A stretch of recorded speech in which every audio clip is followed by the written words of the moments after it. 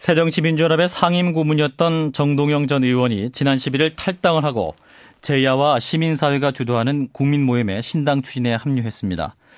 열린우리당의 의장을 2번이나 지냈고 지난 2007년 대선 후보로 나섰던 정동영 전 의원의 탈당 선언. 이를 두고 야권의 정치 지형을 흔들 기폭제가 될 것인가 관심을 끌고 있습니다. 탈당 후 일주일 후 많은 문제가 제기되고 있는데요.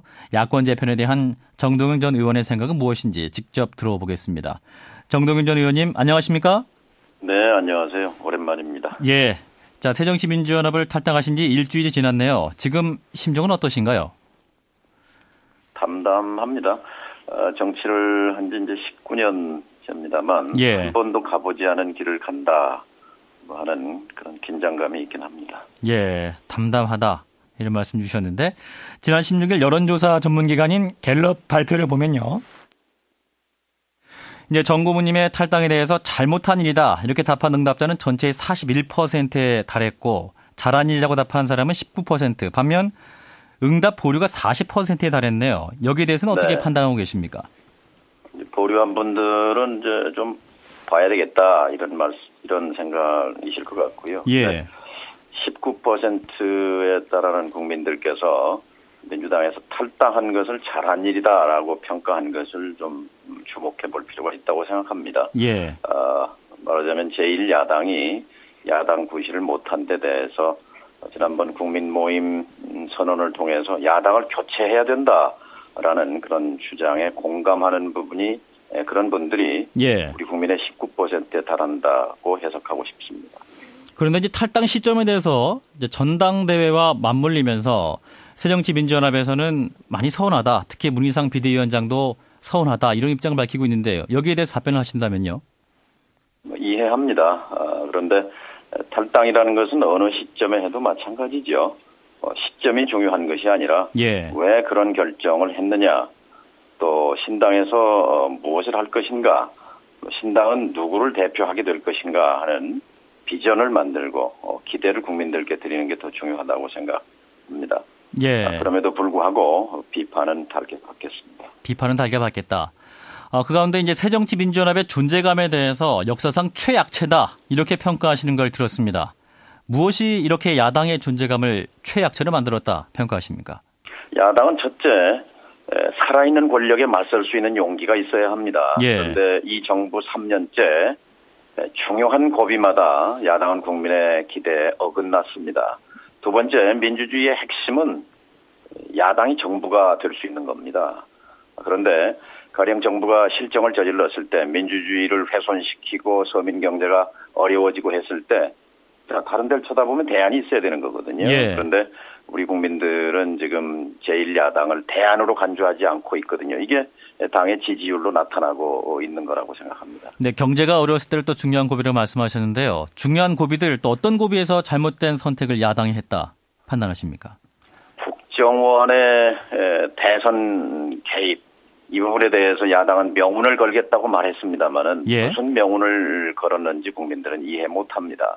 또 세월호와 관련해서 세월호 이후에 대한민국이 달라져야 한다하고 정말 모든 국민이 그렇게 소망했지만 과연 오늘 현재 무엇이 달라졌고 그 과정에서 야당의 역할은 무엇이었는지에 대해서 국민들은 납득하지 못하고 있습니다. 국정원 대선 개입 문제를 지적하셨습니다마는 이게 자칫 또 대선 불복 논란이 있을 수 있었기 때문에 또 야당 입장에서는 크게 못했을 가능성도 있다 이렇게 보고 있는데요. 길에 겁먹고 불복이 아니다라고 한 태도는 비겁했습니다. 국정원의 대선 개입은 민주주의의 근간, 헌정 질서를 흔드는 것이기 때문에 야당다운 야당이라면 예를 들면 김대중 총재가 야당 총재였다면 그런 식으로 넘어가진 않았으리라고 생각합니다. 그러면 문제를 계속 제기했다면 어떤 국정원 대선 개입으로 인해서 대선 결과가 달라질 수 있었다 이렇게 보십니까? 우선 국회에서 국정원 이 문제에 대해서 국정조사 그리고 특검 이런 것들은 관철할 수 있었겠죠. 그러한 조사가 더 필요했었다. 그러나 하지 못했다. 이런 입장이시고. 탈당하신 뒤 지금 이제 신당 창당 일을 하고 계시는데요. 그럼 거기서 갖고 계신 역할은 뭔가요? 현재로서는 이제 저는 나름대로 독자적으로 모임분들과는 같이 합류하기 전에 제 나름대로 서울과 지방을 다니며 사람들을 주로 만나고 있습니다. 그런데 지난 일주일 전 신당 합류 회견 이전과 이후에 확연히 다른 분위기가 느껴집니다. 지난주 부산에 이제 강연하러 갔다가 요즘 영화 국제시장 때문에 관광객들이 몰리고 있는 국제시장에 갔습니다. 많은 분들이 오셨는데 저에게 다가와서 어떤 분들은 결단 축하합니다. 신당 잘 되시길 바랍니다. 이런 그 덕담도 건네고 하는 걸 보면서 갈증이 있구나. 뭔가 민심이 이 국민은 고통받고 불행해졌는데 여의도 정치는 그러니까 정치는 겉돌고 있고 특히 이 야당의 존재감은 없고 그런 현실에 대해서 이 국민들이 많이 새로운 것을 갈망하고 있다라는 느낌을 들었고요. 결국 국민 모임이 성공하려면 저는 국민 모임 신당이 장그래 정당이 돼야 된다 이렇게 생각합니다. 장그래 정당이요? 드라마 미생의 젊은이들이 뜨거운 반응을 보인 것은 그것이 남의 얘기가 아니라 내 얘기다 이렇게 생각했기 때문 아니겠습니까? 그런데 지금 경제활동 인구 가운데 거의 절반가량이 비정규직이거나 영세 자영업자거나 어려운 분들이거든요. 근데 이분들을 대표하는 정치 세력이 사실 없는 거나 마찬가지입니다. 진보 정당들은 분열하고 지리멸렬했고 제1야당은 지금 다른 데를 쳐다보고 있는 거거든요. 그래서 이 국민들께 특히 고통받는 국민들에게 바로 우리가 기다렸던 평범한 보통 사람들을 위한 정치 세력이 나왔다 하는 확신을 주게 되면 저는 우리 정치사에서 새로운 큰 전환이 일어날 수 있다. 즉 105인 선언에서 주장했듯이 야당을 교체해야 정권 교체의 희망이 열린다는 이런 선언이 현실이 될 수 있으리라고 기대합니다. 그러면 이제 국민 모임이 어떠한 새로운 정치 세력으로 인정받기까지 언제쯤 정당의 모습으로 국민들께 선보일 수 있을까요? 차근차근 이제 준비해 나가는데요. 무엇보다도 큰 원칙은 명망가 중심의 정당이 아니라 아래로부터 바닥에서부터 위로 올라가는 상향식 정당 건설이 될 것입니다. 그러니까 영세 자영업자를 대표하는 상인 조직이라든지 아니면 택시 기사들의 목소리를 대표하는 그런 택시 노조 분들이라든지 또 비정규직 노조 활동을 하는 이런 분들, 또 청년 실업자들의 입장을 대변하는 젊은이들 이런 분들이 아래에서부터 또 지역적으로 이렇게 결합해 나가면서 상향식 정당 건설이 될 것이고 그 과정에서 4월 달에 지금 예정된 보선 이거는 신당이 왜 나와야 하는가를 설명할 수 있는 참신하고 새로운 인물들을 내세움으로써 국민적 관심과 기대를 모으게 될 것이라고 생각합니다. 그러면 4.29 재보선에서 후보를 낼 수도 있다 이런 말씀이시네요. 이미 국민 모임은 세 군데 다 내겠다 하는 입장을 밝힌 바 있죠. 주로 어떤 분들이 거론되고 있습니까? 너무 빠른 얘기고요. 그러니까 그 보궐선거 지역의 주민은 물론이고 우리 국민이 보기에 저분들이 바로 신당이 지향하는 정책 노선과 가치를 상징할 수 있는 사람들이구나 하는 새로운 인물 이런 그 후보가 되겠죠. 천정배 전 의원이 이제 광주 서울 지역의 후보로 뭐 자천 타천으로 거론되고 있는데 타천으로 국민 모임에 합류할 것이다. 또 의원님도 이렇게 말씀하셨는데 그런데 이제 천정배 전 의원은 아직까지도 딱 떨어지는 얘기는 안 하고 있는 상황 아니겠습니까? 최근에 말씀 나눠보신 적 있으세요? 얼마 전에 제가 진도 팽목항에 가는 길에 차 한잔 한 일이 있었습니다만 결국은 뭐 본인이 판단할 문제지만 결국 국민 모임에 합류하지 않겠는가 이렇게 많은 사람들이 보고 있습니다. 또 그분은 자신의 말을 소신을 가볍게 이렇게 번복하는 분은 아니라고 생각합니다.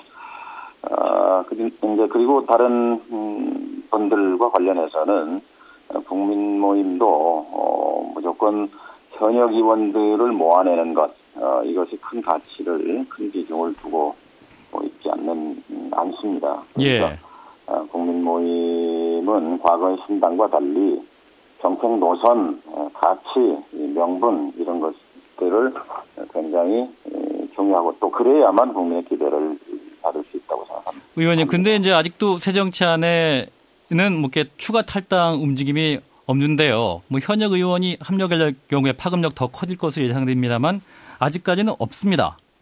어느 정도로 예상하십니까? 김석인 교수가 그런 얘기를 한 걸로 기억합니다. 우리가 아무나 받지는 않는다. 그러니까 탈당 자체가 문제가 아니라 어떤 사람들이 뜻을 같이 할 수 있는가 하는 것이 관심의 핵심 초점이겠죠. 예, 뭐 국민 모임과 또 정의당이 함께할 가능성도 나오고 있습니다만 어떻게 보십니까?